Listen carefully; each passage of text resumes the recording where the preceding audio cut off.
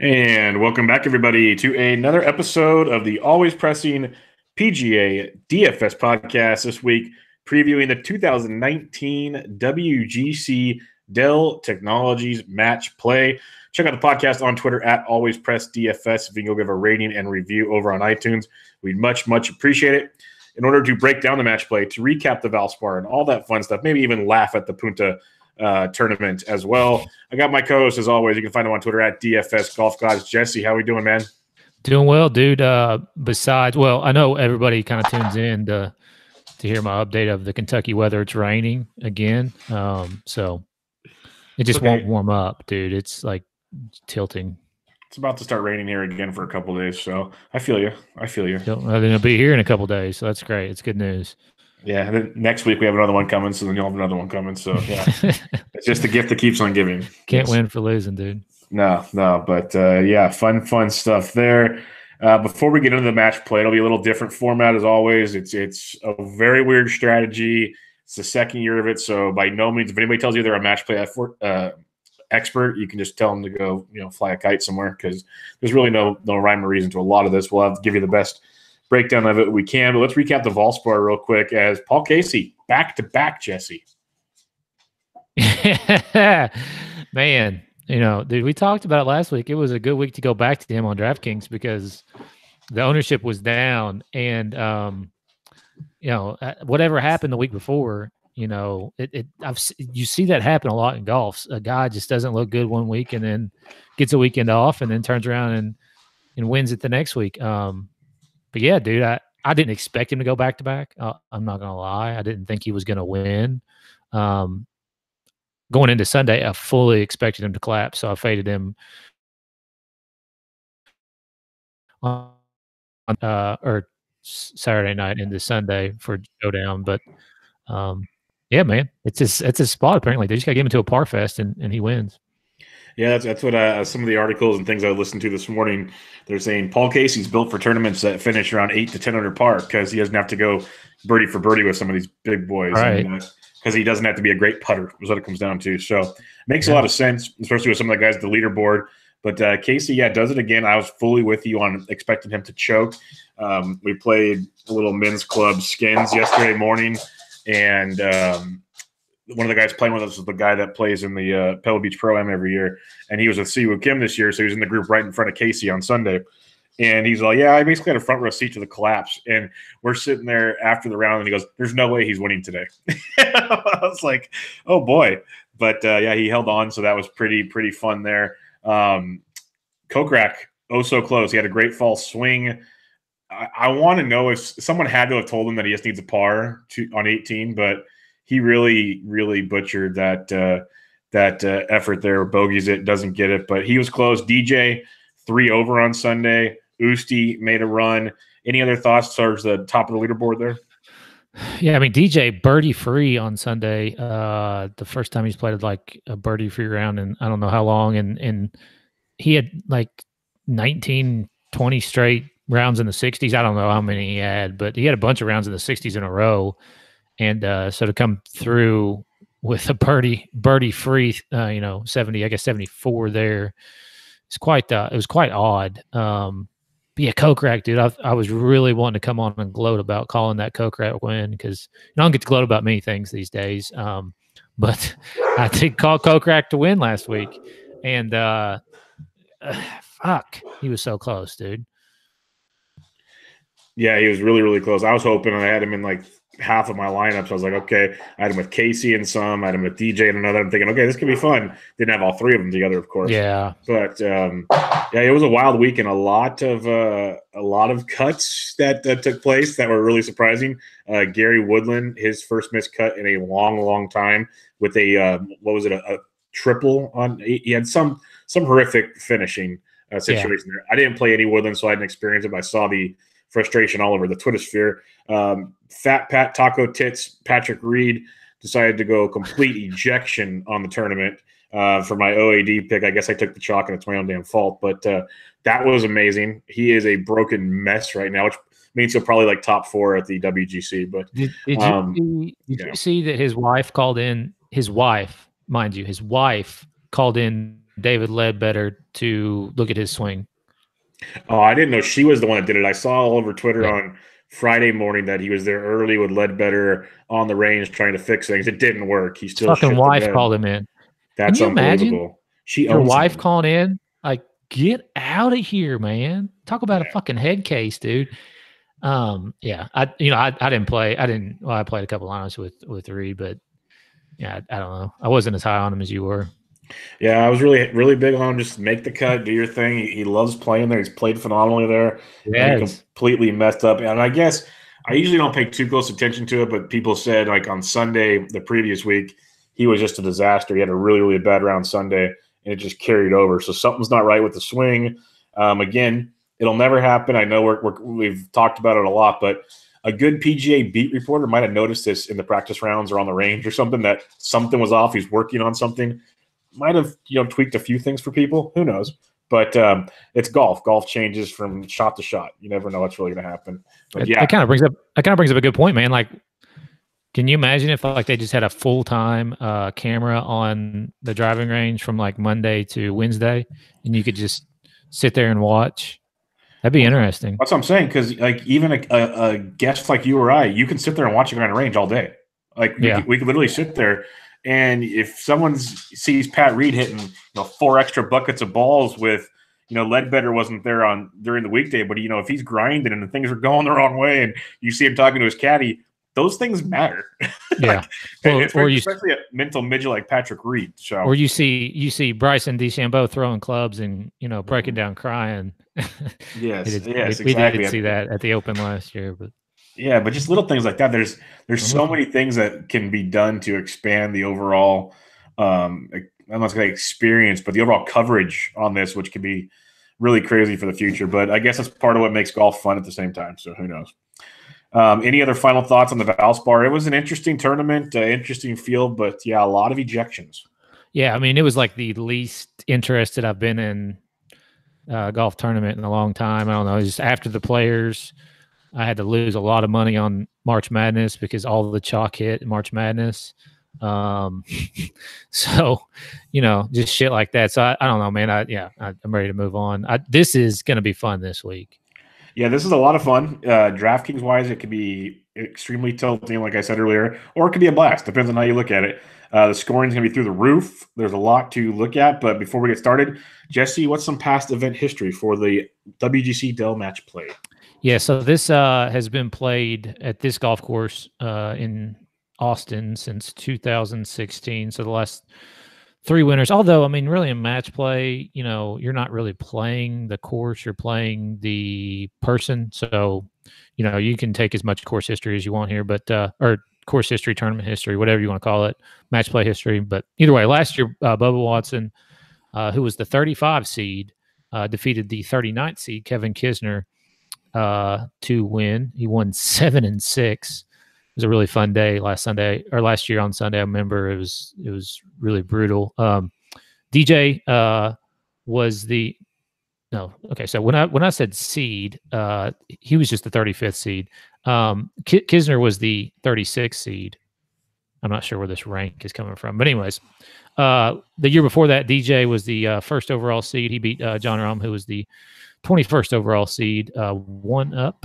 And then Jason Day was the 2016 winner, the 2nd seed over Louis Oosthuizen, 16 seed. The past winners, Rory McIlroy, Jason Day, Kuchar's won this before, Poulter's won this before, Tiger's won it 3 times, Hendrick's a past event champion.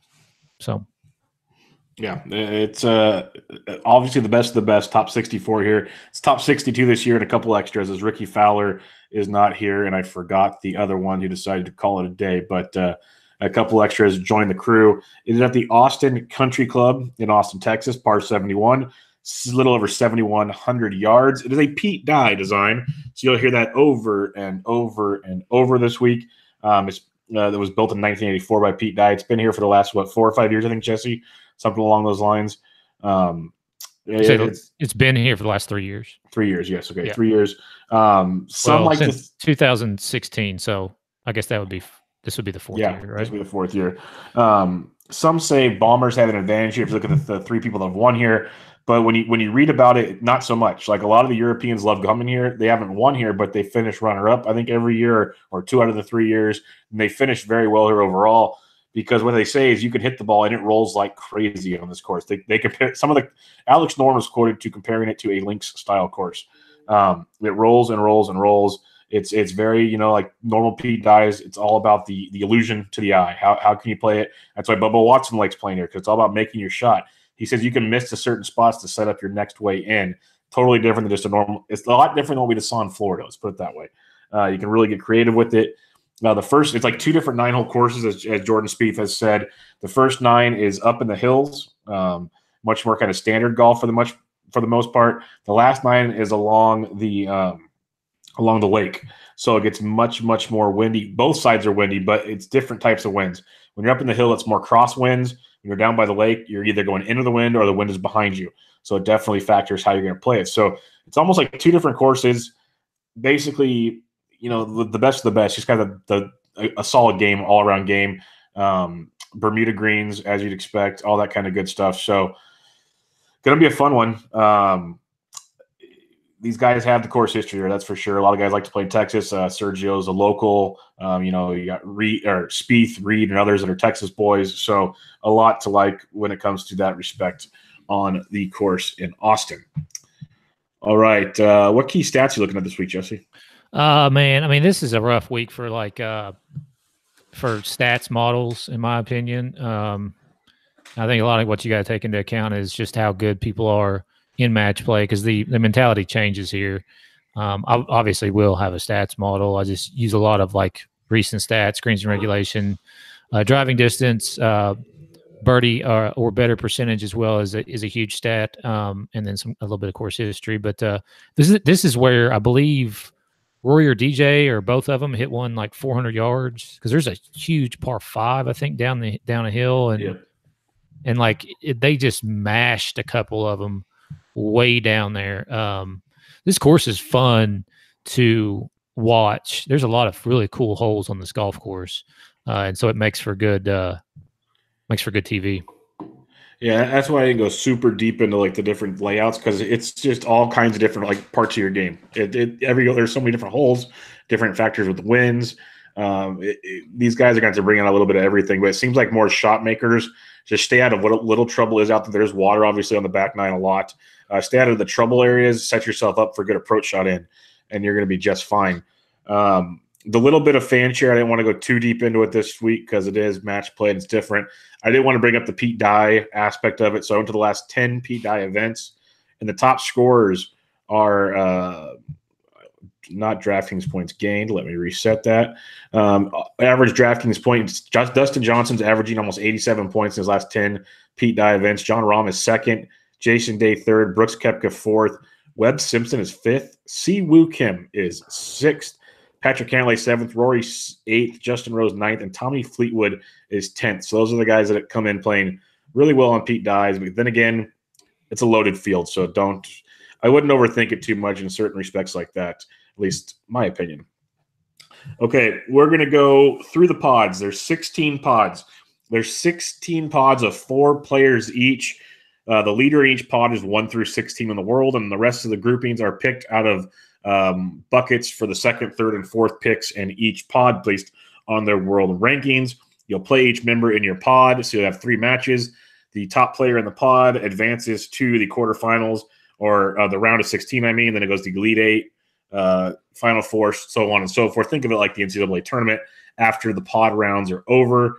One thing I'll mention for DraftKings scoring, if you win a hole, you get 3 points. If you have a hole, it's 3/4 of a point. If you lose a hole, you lose 3/4. If you win early and there's a hole not played, you get 1.6 point for each hole not played. If you win a match, you get 5 points. If you have a match, you get 2. If you win 3 consecutive holes, you get 5 extra points. If you don't lose a hole at all, you get 7.5 points. There's other little stipulations, but that's the gist of it. Before we get into the pods, Jesse, when they're scoring like that, do you have any strategy involved here? Throw a dart. The biggest key this week is to look at and make sure that your lineups are what would be optimal, right? So Optimal means basically you've got 4 guys that are eligible to make the final 4. So you're not going to have 2 guys that are going to, or you're at least, well, obviously at least, the most you can have is 4 into the final 4, but you want to try to get 4 into the final 4.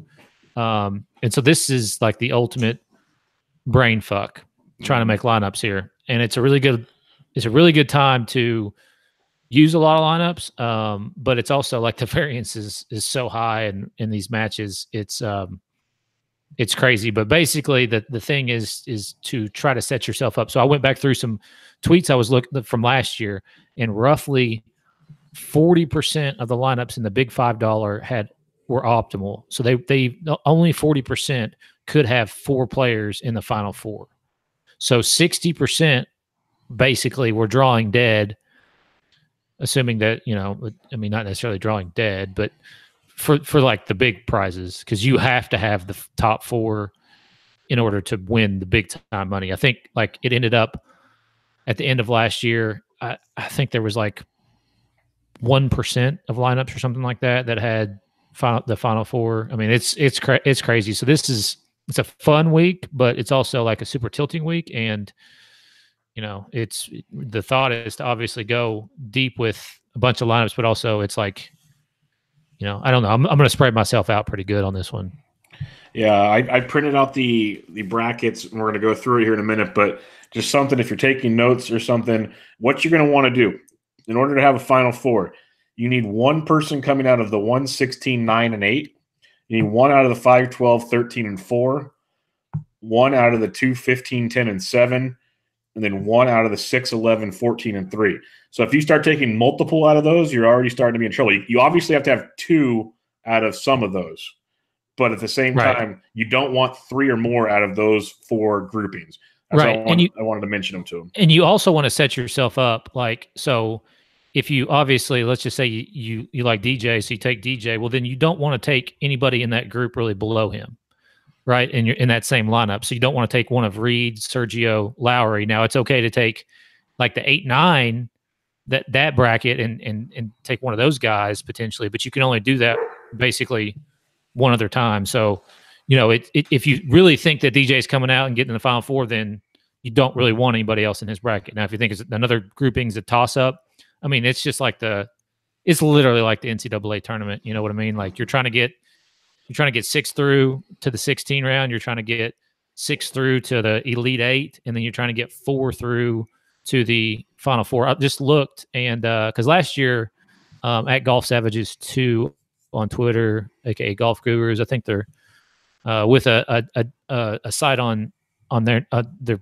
affiliated with the site now, but like toward the end there was 11 lineups that got 6 of 6 through to the Elite 8. Jesus.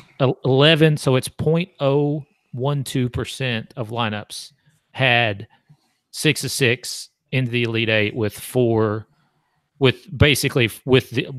still alive to go into the final 4. I remember last year, dude. It was wild last year. This was brand new last year. This is year 2 for DraftKings match play. So basically, what Jesse learned a lot last year. Basically, what Jesse's saying there is you pick your final 4.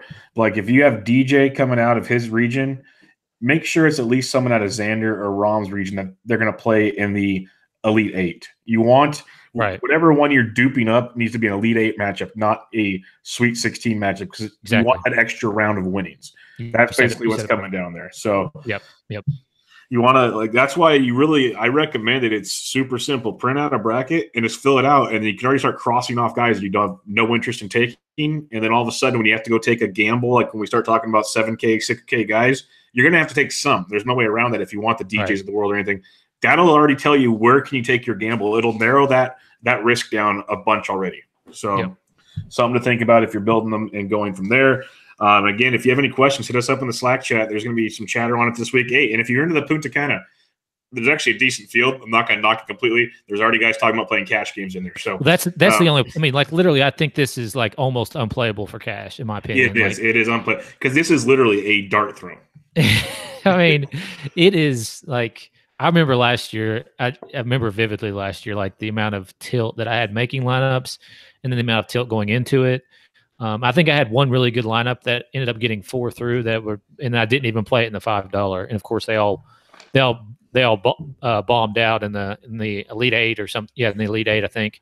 And so it didn't matter, but still, it was a tilt fest. And ideally, like what you really want is a lineup generator where if you click DJ, then it automatically takes out everybody from his group and everybody from the group right below him. Exactly. So that's ideally, but like I've not seen one of those or anybody with the ability to do that. I was told last year that, Fantasy Cruncher has a deal, but I don't use Fantasy Cruncher. So I mean, Labs has something similar. It just takes a lot of effort because this is unlike anything else that we do all year. This is like really a one-time thing. All right, let's get into the brackets. We'll start with Pod 1. DJ's pod, the top player in the world. DJ is $11,400.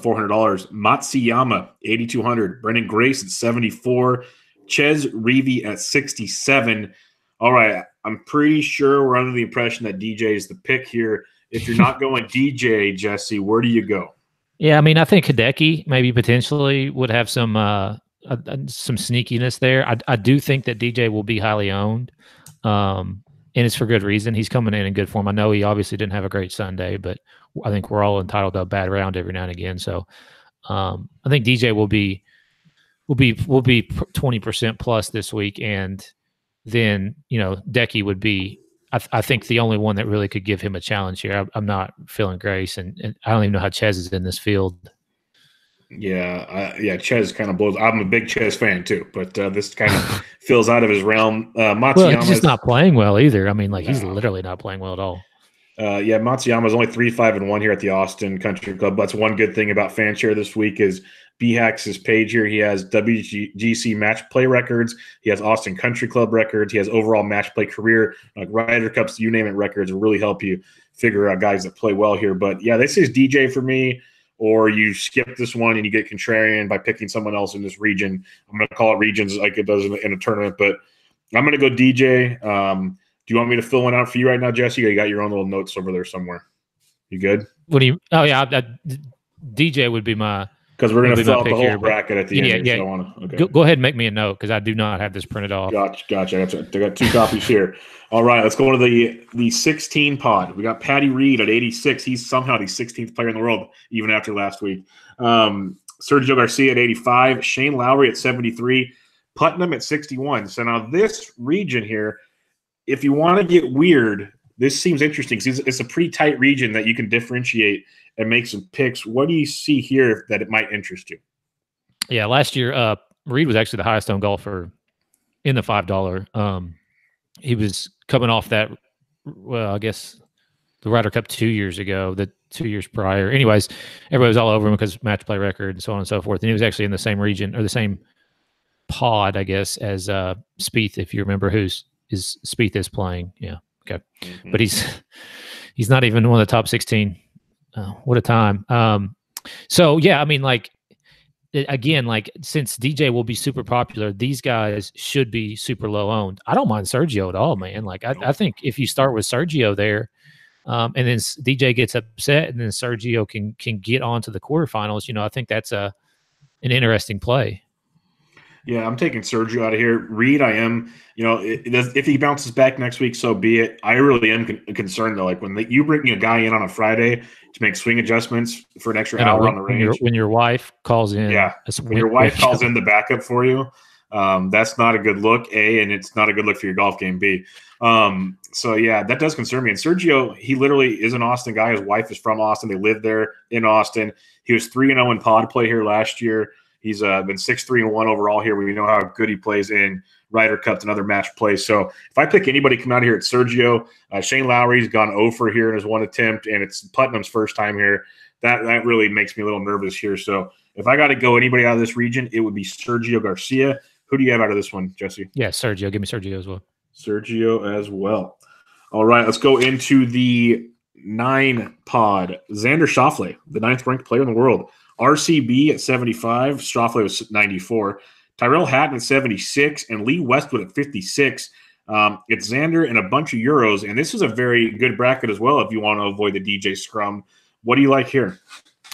Yeah, I mean, Rafa's actually got a pretty decent match play record. I'll defer to you on whether or not to pick him though, because like whenever I pick him, it's not good. And he did make the cut last week and finished tied 30th or whatever. So Hatton, man, dude, he's interesting. I played him last year, and I think he made the round of I think he made the Sweet 16 at least, and maybe potentially the Elite Eight. And but dude, that fucking ejection last week, I totally forgot to mention that when we were talking about the Valspar. Dude's 2 under, I think, after Thursday, and fired 81 or 82.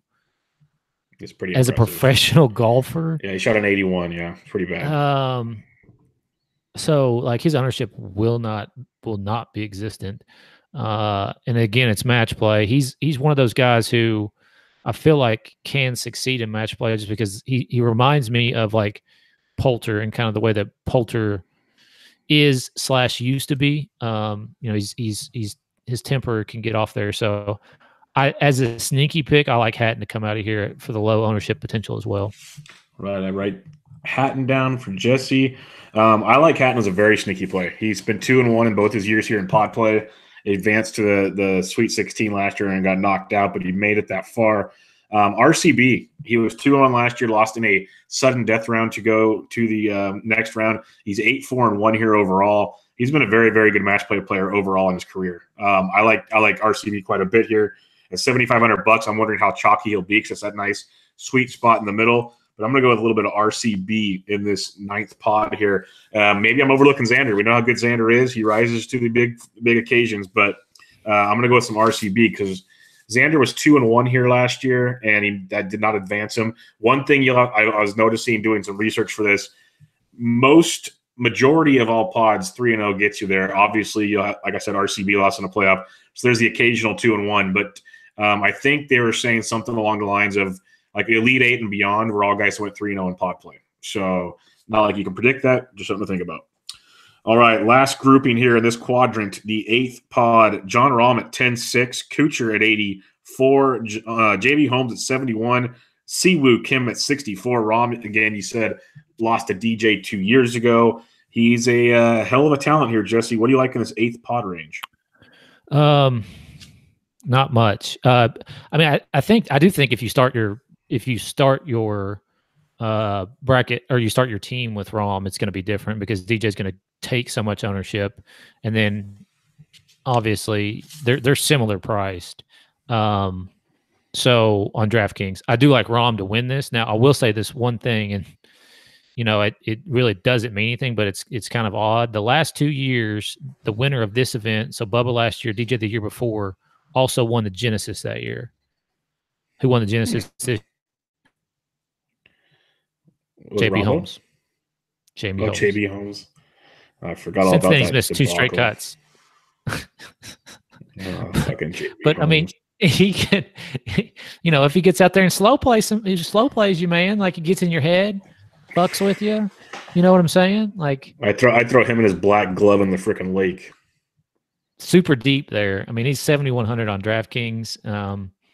If you're making 150 lineups, I'll probably will play him a time or two just because of that. I know it's a 2-year trend. I'm not saying go all in on it, but like if I have 150 lineups, I might have 5 with JB in it. All right. So who are you picking out of this one? Taking JB? I'll take Rahm. No. Yeah. I think Rahm advances. He's playing well enough at this point. Very, very well. He showed up pretty well on Sunday. He finished last week? He finished tied 6. So he took last week off. 6 was with the Players, I believe. No, he played last week. Oh, I don't even remember seeing him on TV. Son of a bitch. Because he finished it like 2 hours before the leaders even got to 17. Oh, that's probably why I was golfing. Yeah. He played last week. Now. He finished 6. He shot 68. He hit a couple 68s, and everybody shot 68 on Sunday, which was like tied for the best round on the course for the day. A nice quiet T6. Mm-hmm. Rahm is a great play. There's no sugarcoating that. As when it comes to the guys over $10,000, he will probably be the lowest owned in the group because Rory's on fire. You got DJ, you got JT, a lot to like there. So 0 problems if you want to go Rahm. I'm going to go to Cooch. Cooch is one of those guys that just isn't bothered by anything. It's perfect kind of mindset for match play. He can play with anybody. This course, is not going to intimidate him. He's 5-3-3 here. Overall in WGC match play, he's 23-9-3. He's played really, really well in these events. So at $8,400, I'm going to go Cooch to advance and move on in that area. All right, let's go to the number 5 pod. Justin Thomas at 11,000. Keegan at 72. He had a Keegan week. Wallace at 71 and Biergard at 62. It's JT, Keegan, and a couple young Euros. I'm just going to say it. I got JT, and if he doesn't get this, it's just he's got set up beautifully here. Yeah, no, I'm with you on that. It's like he should go 3-0 here. There's just should be no doubt about it. Wallace, I think potentially can give him a little bit of potentially a little bit of trouble, but he's got no match play record. Okay, so he's played a little bit. It's first time in WGC. He never played this golf course before. All time in singles, he's 0-1. Bergegard or same thing. Is 1-3. Yeah, so he's never played here before. Not big on either one of those guys. Go look at Keegan's record. Oh, I've seen it. It's 1-10-2.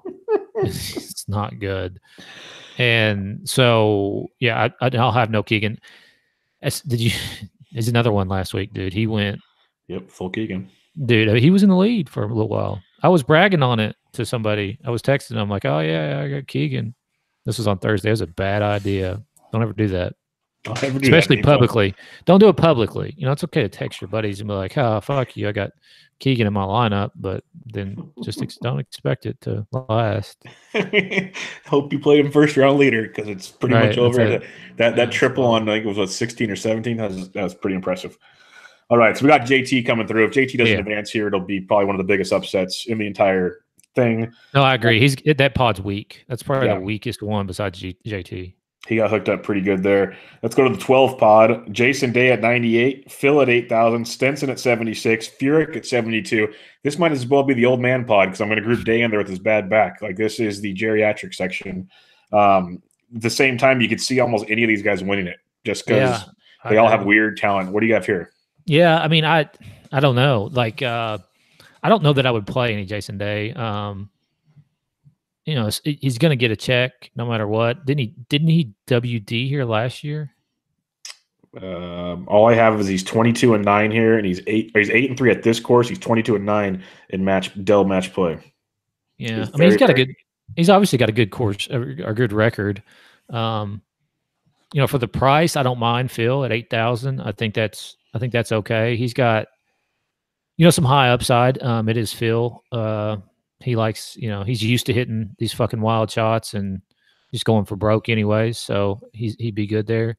So I'll take Phil coming out of here. I'm not a huge fan of this pod, and I might completely fade it on DraftKings, but I would take Phil to come out.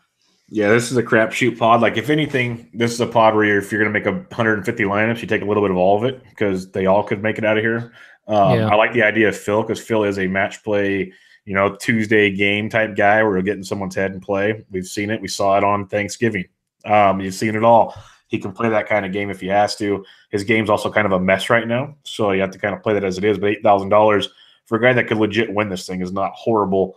I'll go with you there. I'll take Phil to come out of here. Day's the best player, but I don't know where Day is completely right now. Well, he missed the cut last week, and I mean, obviously he played well at the Players, but then WD before that. I mean, I think the WD potential is always still there. It's always there, but whatever happened, 3 weeks ago with his back, like it's just a weird deal still to me. Hey, you got to go to Disney on a Friday with the kids. You got to make excuses. It's cool. WD from Yeah. All right, let's go to the 13th pod. You got Tiger Woods at 92. Cantlay at 84, Sneds at 78, Aaron Wise at 6,000. Tiger kind of got a gift here. What do you think? Yeah, I mean, I do think Cantlay is a bit of a tough draw. His form coming in is okay, 2-1 all the time, and in matches. Tiger's played a lot. He's 33-10 all time. In this event alone, 50-17, all time overall, including all the matches he's ever played. So I don't know does that include the field loss, you think?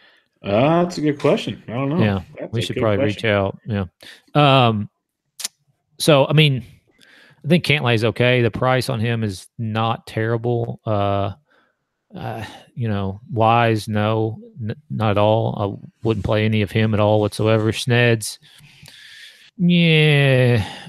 So it's between Tiger and Cantlay here, and on DraftKings, I would take Cantlay just as maybe potentially a little bit of a flyer.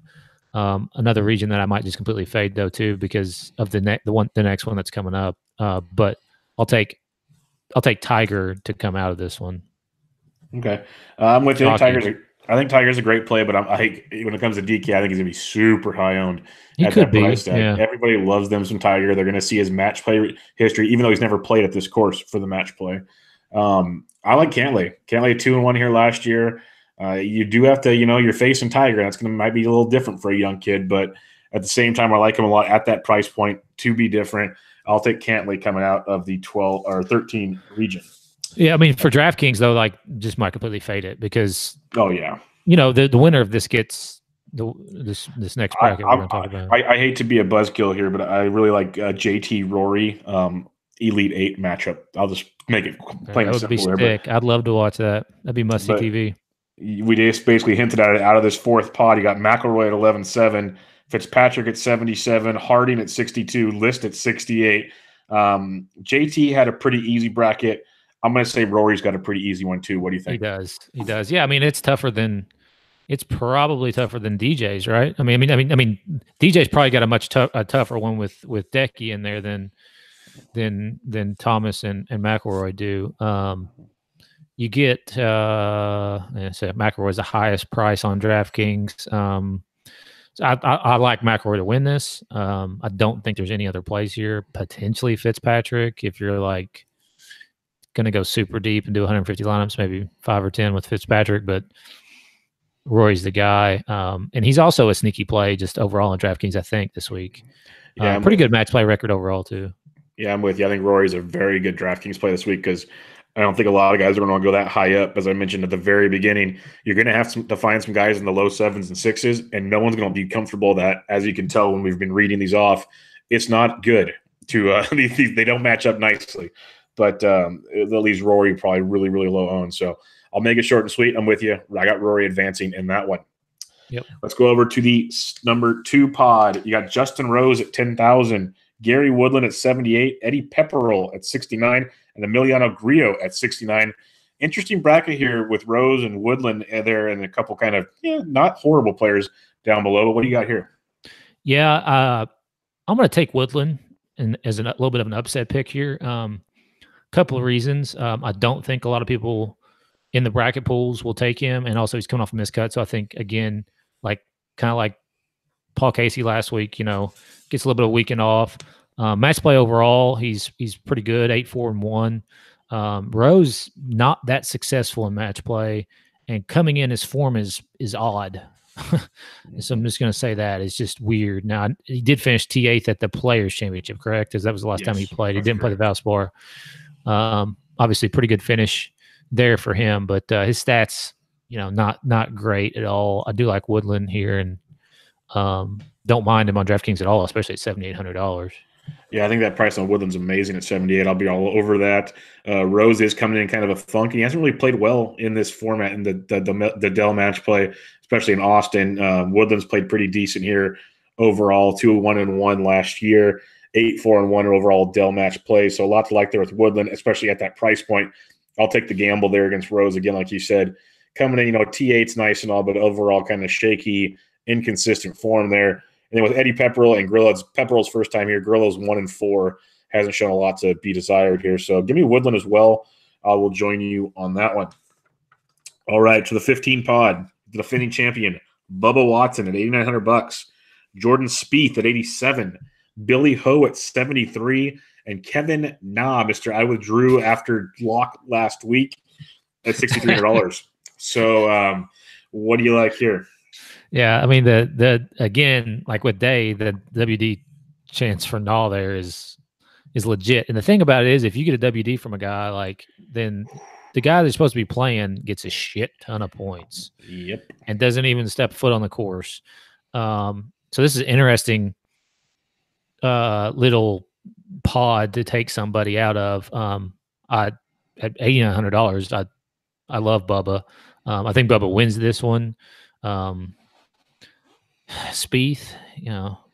I don't know, but I'll take Bubba to win this overall. And I do like him. If you're not taking Woodland, I think Bubba is the play here.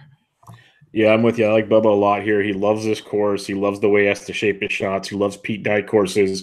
He's 9-2-3 here. Obviously, defending champion. Overall, in the Dell match play, he's 28-3. This is a format that fits Bubba very, very well. I still don't trust Spieth. He is intriguing, though.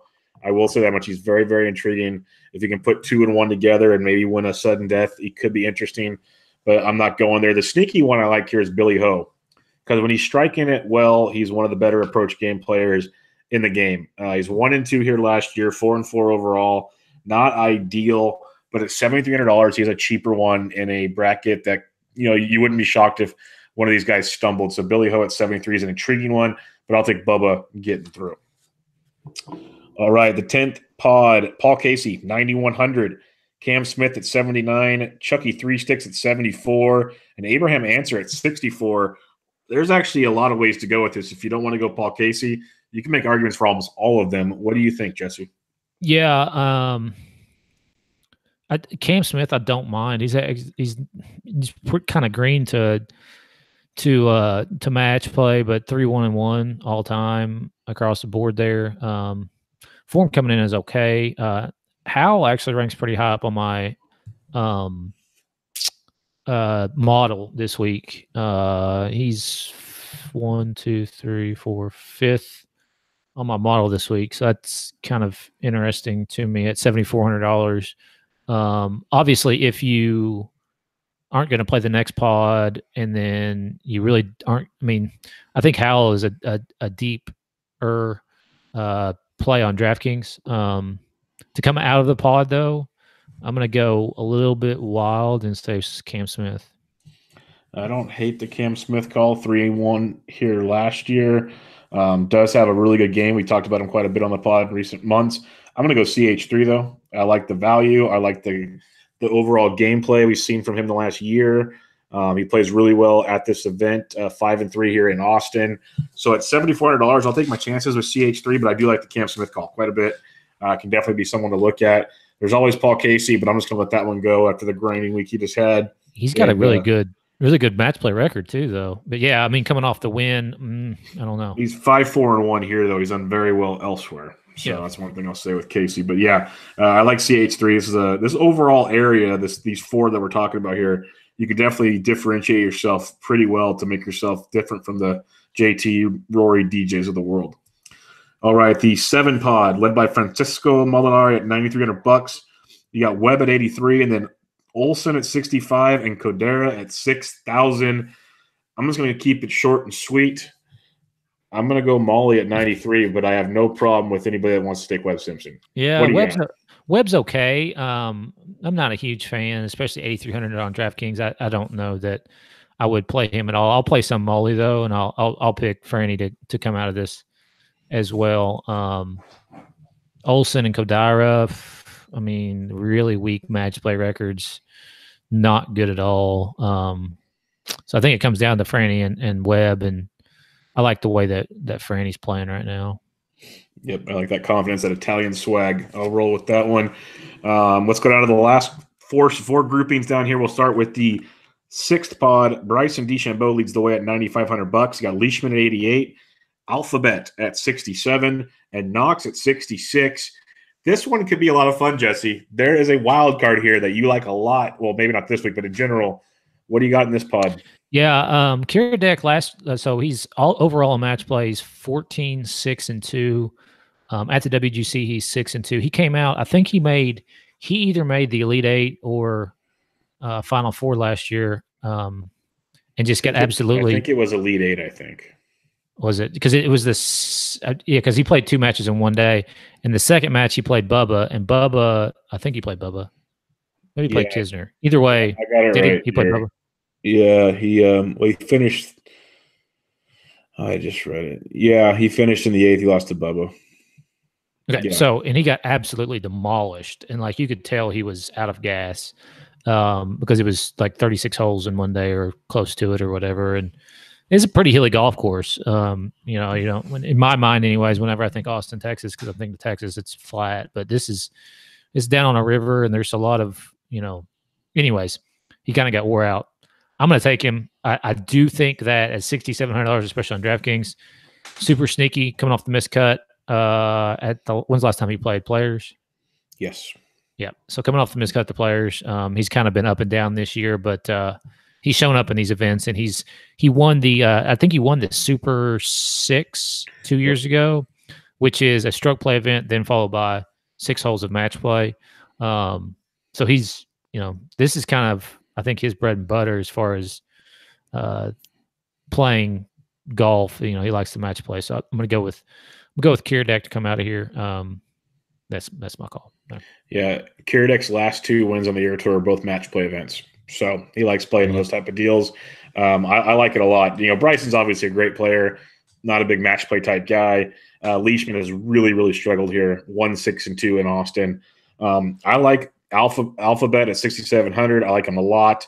If you want to be different, though, Knox at 66 is interesting. I know his record's not great, 2-3-1. But he's come out to saying he loves playing here, and he's actually striking the ball really well. The weekend at the Valspar was tilting. It was like one day he was on fire, the next day he wasn't. But overall, he finished pretty well. And the beautiful thing about match play, when you have a horrible hole, it only costs you 1. That's exactly right. Yeah. As long as you can mentally move on from that, it does not matter. So it's a lot easier in match play to move on from it, though, too, because you're not out of it unless it's the last hole and you lose of it. And well, that's why I think guys like Affy Barnrat do so well here, because they literally have that don't give a fuck attitude. Yeah, dude, he doesn't. And then that's why Phil does well and stuff like this. He's out there burning cigarettes. He's out there burning cigarettes, probably dreaming about his next Ferrari and his next pair of Yeezys. He said on the No Laying Up pod, his vape flavor he likes the most is yogurt. So that's what he's vaping, is yogurt. They didn't even know that was a flavor. But yeah, so I'm with you. Well, instead of dragging on about the legend that is, dude, he's the man. He's the fucking man. Yeah, I highly recommend that interview for anybody that hasn't listened. But I'm with you, Jesse. I had a feeling we'd be both on this dog, Affy Barnrat. I'm taking him. We'll see what happens, but that's the dice I will roll there. Let's go to the 11th seed pod. You got Tommy Fleetwood at 96, Usti at 75, Kyle Stanley at 61, and Benny On at 62. What strikes your fancy here? Usti's interesting. He's kind of on team WD, though. Yeah, we just talked about this. Yeah, but he's done well here in the past. I believe he finished runner-up in 2016 to Jason Day at this golf course. Good record here, 10-4 at this golf course, 19-10 overall in WGCs, and 20-12-2 overall in match play. So, huge shout out to B Hacks for this sheet he's put together, man. This is like super awesome. It's on FanShare. If you're a member there, you can go there, and it's under the form guide there. I mean, he did a great job on this. Anyways, man, this is kind of a tough one to. I mean, Fleetwood's obviously the heavy favorite to come out of here. But I could see Oosthuizen, if he doesn't withdraw, with his pedigree, coming out. I'm gonna go again with a bit of a long shot there. I'm gonna take Usti to come out of this. Yeah, I like it. It's between Usti and Fleetwood for me. If you need the savings, go Usti. If you can handle a possible withdrawal, go Usti. Fleetwood's going to be one of the better players in the world that's going to be super low owned, because people just can't afford him if you go all the way up. So I think Fleetwood's very, very interesting here, and he's in a realm where he could really make some noise going to Elite Eight, possible Final Four. If you look at the overall seedings here, so I really like it. I'm going to go Fleetwood. I want to see a Fleetwood Affy Barnrat next round. Do you think they would allow kind of a special exemption and allow him and Franny to play alternate shot? Well, if it plays out right, they can face each other in the Final Four. How awesome would that be? That'd be pretty sweet. Get Mollywood in the Final Four against DJ and McElroy, or DJ and JT in the other Final Four. Right. Rekindle the Ryder Cup. Oh, I'm writing this for television right now, people. Take notes. Let's go to the 14th pod. I never thought this would be this much fun, Jesse. We got Tony Finau at 9,000, Poulter at 77, Kisner at 7,000. Keith Mitchell's in the dance here at 64. I know where we're going to go first with Poulter, because we mentioned it every time we talk any match play with Ian. But what do you like in this realm? I mean, my question is he going to have the Medina putter? That's the big question with Poulter. Now, I do think Poulter will be popular on DraftKings. The kind of pivot off of him is Kisner, who's pretty good overall in match play as well, and he finished runner up here last year. And his form coming in is actually pretty good. I was kind of pissed when I saw them both in the same pod because I really want to play Poulter and I really wanted to play Kisner. So the good thing about that is it's going to spread out their ownership. So kind of pick your poison here. I'll have a little bit of both because I do think that both of them can win this region overall and get to the Final Four. For the purposes of what we're doing here, and just to be a little bit different, because a lot of what I'll do here is going to translate to the pool that's open and available on the Twitter sphere there. I'm gonna go Kisner. I like it. And I hate it because I really like Poulter. Yeah, I'm going to go Poulter, but it's literally you pick those two. If you make 10 lineups, do 5 of each, like stuff like that, because they're both very, very good. Or maybe do 6 Kisner, 4 Poulter if you feel like, ownership-wise, it gets really interesting because both are phenomenal plays here. I'm with you. I'm bummed they're in the same bracket because Kisner is coming in really good form. He's basically a T27 or better in 5 straight weeks, and he's played really well here. Like you said, runner-up last year to Bubba. Bubba fleeced him in the finals, but to get that far, pretty damn impressive. Kisner loves Pete Dye courses. That's a narrative you'll hear all week. And then you got Poulter, who's just this match play hard ass. I love watching Poulter in match play because if you want to see a guy's vein pop out of his neck, Ian Poulter's your guy. And he's just fun to watch. People that hate Ian Poulter, I really don't understand you, but that's another podcast for another day. I think it's a good matchup. He's very hateable. I get the hate from Poulter. I don't mind him because a lot of people hate him. So therefore, like, I like him. It's not the same with Reed. A lot of people hate Reed, and I still hate Reed. But the thing about Poulter and Kisner out of in this area is I really think they have a good chance to make the Elite Eight. Because this next pod is just what the fuck. Yeah, that's what I'm saying. This bottom foursome we're putting together right here.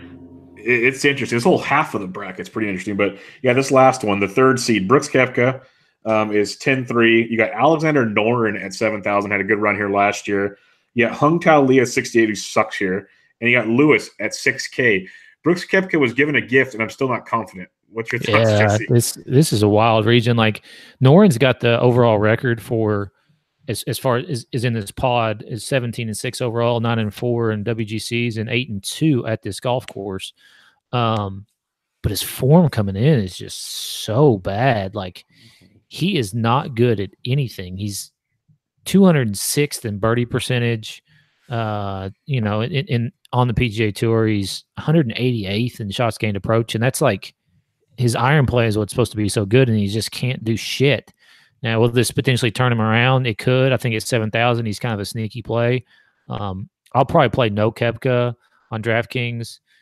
I'll probably play none of this pod at all because I really think that the pod above is the way to go. Now, I don't think that those guys above are the sneaky plays by any means, but I don't know. It's just the way I feel. Now, if you want to try to be sneaky, maybe throw some Noren in there on DK, or maybe start a lineup with BK with Brooks and see what happens. But I'll take Brooks to win this for the purposes of what we're doing here, and probably overall. But I don't like this pod at all. Yeah, this pod sucks. Let's make it pretty simple. Our podcast is great. This pod sucks. I'll have Brooks advancing. I'm with you. He's definitely the far superior golfer in this foursome.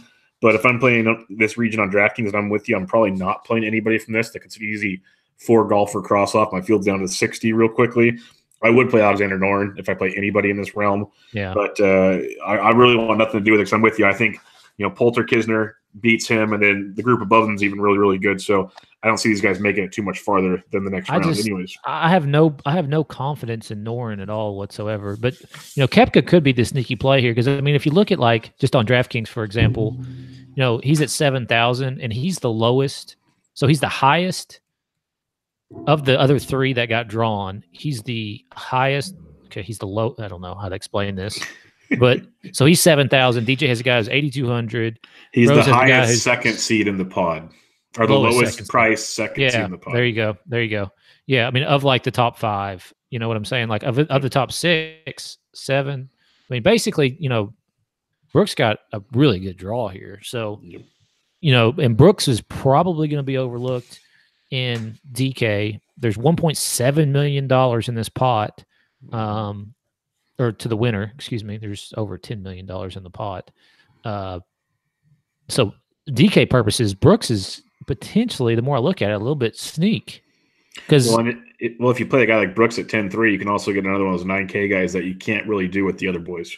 That's true. If you stay down low there with him, and he's got he's got to be a negative favorite to win this. I don't know. I haven't seen odds on like winning to win the whole. I haven't seen odds to win the pods. Just to win the pod. That's all I mean. Is like I don't know what he is to win the tournament. I'm not a huge fan of him winning it overall. But let's see. 25 to 1. 25 to 1 to win the tournament. That's not terrible odds for him. Not for the third-ranked player in the world. He's like the 8th or 9th odds down. I haven't seen any pod odds yet, though. Yeah, that would be interesting to view that and see. All Bubba has at this point is, at least that I can find, is just winner. All right. So let's fill out the rest of these brackets to kind of get an idea for people what's going on here. In the top left quadrant, the 1-16, 9-8 matchups, we both have DJ Sergio. I'll have DJ advancing. Who do you have advancing? Yeah, I'll take DJ as well. Pretty cut and dry. Right. Next one down, you have Hatton versus Rahm. I have RCB versus Cooch. I'm actually going to have RCB beat Cooch. Who do you have in Hatton versus Rahm? Damn. I mean, I'll take Rahm all day in that matchup. Okay. Rahm versus DJ. Who you got? I'm gonna pick Dustin Johnson. You have DJ in the final four. I got DJ versus RCB. I'll take the chalk and put DJ in the final four. All right, we drop down a little farther. You have JT versus Phil. So do I. I'm gonna take JT. Who you got? Yeah, JT. Yeah, that seems pretty simple. And then you got Woods versus Rory. I have Cantlay versus Rory. I'm gonna go Rory. Who do you take? Yeah, Rory. God, Rory Tiger would be some fun TV though. JT versus Rory. I'm going to go JT, but this is tough. Yeah, that is tough. I'll take Rory all day in that. So you have JT you have DJ and Rory in the final four. I have DJ and JT. I like it already. We both have Woodland and Bubba. Who do you have? I'll take Bubba. Yep, we both took Bubba. All right. I have CH3 and Molly. I'll take Molly. You have Cam Smith and Molly. Who do you have? Yeah, I'll take Fran. He's playing some really good golf right now. Now it gets fun. The region we just basically butchered for the last probably 20 minutes. Fleetwood versus Affy Barnrat. I'm going to go Affy Barnrat. You have Affy versus Usti. Who do you take? Yeah, I'll take Kiradek. He loves playing in this stuff, man. Like I said, he has that. He can just turn it off from hole to hole. It's all you need in this format. I have Poulter versus Brooks. I'll go Poulter here. You have Kisner versus Brooks. Who are you taking? I'm going to take Brooks. The more I think about it, the more I like Brooks, actually. He's probably going to win after all this negativity. But, all right, to get to the final four, Bubba or Molly, I'm going to take trying to put biases aside here. I'm going to go Molly still. I like his overall game better. You got Bubba or Molly? I'm going to take Bubba in that matchup. But, yeah, that would be a good one. That would be fun to watch. For Affy Barnrat and Poulter, I'm going to go Poulter. You have Affy Barnrat and Brooks. You going to stick with your Brooks guns? Yeah, I'm gonna stick with Brooks. So like any bracket, Jesse's got 3 1 seeds essentially, and the defending champion. So wait, this isn't the NCAA tournament? That usually works out well. God, tilt my face off this year, man. Bubba versus Brooks. Who you got? I will take Brooks. So you got Brooks, and Brooks will be facing Rory or DJ? Rory. God, I want to watch the Rory DJ. Oh, man. I'm going to go Molly over Poulter, and I'm going to go JT over DJ. So I have JT versus Molly. You have Rory versus Brooks. Who do you have winning this thing? Rory. I like Rory. It's hard not to like Rory. If you look at the odds, Rory is second. He's tied for first with DJ at 10 to 1. JT versus Molly, I'm going to take JT. JT's at 16 to 1. He's the third best odds. But the moral of that exercise, and it was a jumbled chaos of talk for the last hour of just different players and everything, is we just filled out a bracket, and it's subject to change. Again, join us in the Slack chat. But now we can look at this bracket right now, and we already know, okay, here's our final four. They need to be in our lineups. Now there's our Elite Eight. We need 2 of those guys. How can we make this work? Yeah. And if we have to go backwards into the Sweet 16 to kind of differentiate because of DK pricing, we can start making our cases a lot better there. We just narrowed down a field of 64 to 16 real quickly. So that's the exercise. One thing that, I would highly consider is, so you've got 6 players, obviously you're playing. So like you said, you got to get down to the 4 that you want to be your whatever your core, if you want to call it that. Now, I'm not gonna play 150 lineups of the same 4 guys. That in this, like, I might max it out with 20 lineups of the same 4 guys, because this is such a toss up. Like, you've got to spread it. Like, this is a really good week to spread it out and get a shit ton of, and just try, because I'm telling you right now, probably 50%, maybe 60% of lineups will be optimal this year. Last year was 40%. This next year, it will go up, but there's still going to be a lot of people. Yep, there's still going to be a lot of people in the $5 who don't understand the concept and/or are too lazy. So you got to put in the work and do that. But so, like, if, for example, like Bubba, if I have Bubba in that region, his odds aren't that great to come out of that region. So I might play another guy like down, below him, obviously in the either Casey or Moley range, and try to get some of those guys just in case. But obviously the main objective is to get 6 through the Elite Eight. And if you do that, you'll be way ahead. And if you get the Final 4, man, you're gold. Yeah. You go buy a lottery ticket. Go buy a Powerball. Immediately. Like we said, I said you narrowed from 64 to 16. At worst, we had an argument for almost 2 guys in every bracket. I'd say we probably narrowed the field down to at least 24 for you. And if you don't agree with us, it's fine. But we narrowed it down so then you can build your Sweet 16 and so much. So if you are building multiple lines, like Jesse said, you don't want the same Final 4, because if it doesn't hit, you're already screwed. You might as well be drawing dead. Right. So, but it gives you a way, like, go to your office at work or whatever, make 20 copies of one of these brackets and fill it out 20 different ways, whatever it takes to make it work. And it'll give you an idea. That's a great thing to do. And then you take your Final 4 from bracket number 1, and then you take 2 guys that are in the Elite Eight. Or you take all the other, I guess it would be other 4 guys in the Elite Eight, and you mix them up and jumble it up and mind fuck yourself. Yep. It's just so many scenarios. That's why some guys take it really light this week. Some guys go the 150 max because they want all the scenarios. Whatever floats your boat, play within your means. It's a fun format. Like I said, it's our second year. So we're trying, second year on DraftKings. So we're all trying to figure it out. It's awesome golf to watch. I love playing match play. I love watching match play.